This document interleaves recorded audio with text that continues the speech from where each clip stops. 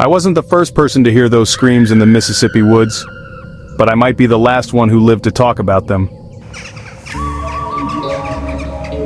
This happened in March 2024, right after spring break.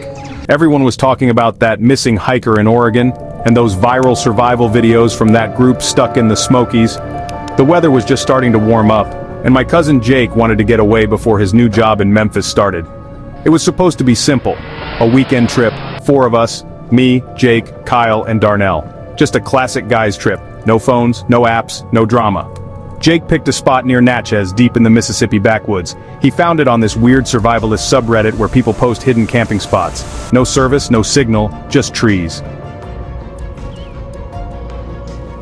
We packed light, brought a solar charger, backup maps, old school stuff. I even joked we were doing the 2024 version of Alone Meets Blair Witch. I had no idea how close that would hit. Night 1 Campfire Legends. We got there around 5 p.m. Friday, set up by a stream, no signs of other campers, just silence, swamp smell, and a ton of mosquitoes. That night we made a fire, cooked, and Kyle started telling stories he found on TikTok, real creepy ones about people vanishing from national parks.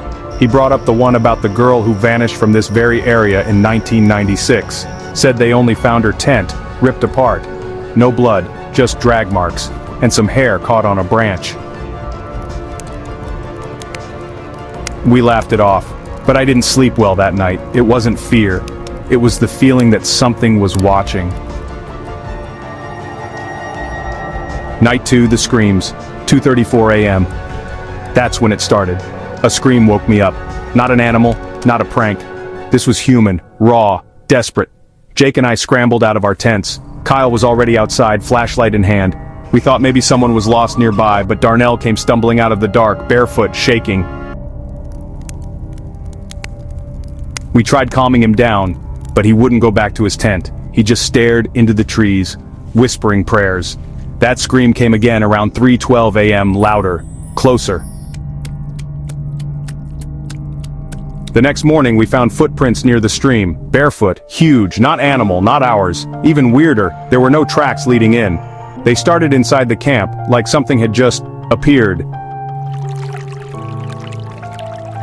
Kyle had been recording a time-lapse with his phone. When we watched the footage back, we saw something. At 3:10 a.m., the fire flared slightly, and something tall and still appeared in the corner of the frame, just standing there. No face, no movement. Then, in one frame, it was gone.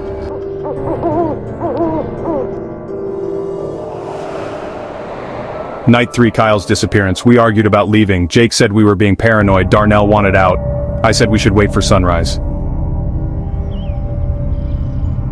Around 6:15 p.m., Kyle went off to grab firewood. He never came back. We searched, we yelled, we fired a flare, no response. At 4:47 a.m., Jake and I were still up. Darnell had zipped himself in his tent and wouldn't respond. That's when we heard it. Footsteps, heavy, slow, circling our camp. Then a voice. Kyle, guys, help. But it didn't sound like him. It was off, like an AI voice generator glitching. Voice! I'm stuck! Jake grabbed the axe and started yelling. And then we heard the laughter. Deep, not human, not animal. Like something old, like if the earth had a throat and tried to chuckle. By morning, Darnell was gone. Tent ripped open, no blood, just one of his sneakers, bent and flipped like he was dragged out of it. Jake and I didn't even speak. We packed whatever we could and ran, didn't follow a trail, just moved toward where the sun was rising.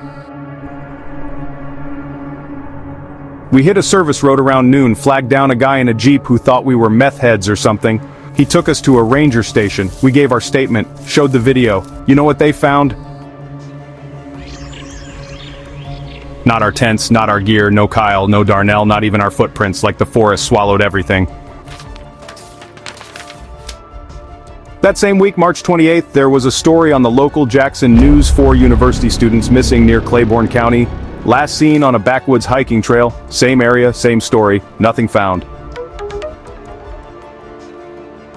Jake won't return my texts. Deleted his Instagram. Last I heard, he moved in with his mom in Tennessee and hasn't spoken to anyone in weeks. As for me, I still have the footage from Kyle's phone. I haven't posted it. I don't want to. I'm scared it'll find me again. Last night, I woke up to footsteps outside my apartment, and then, just for a second, I heard Kyle's voice. Kyle, VO, hey man, come help me. But I live on the 4th floor. No balcony, no trees, just darkness.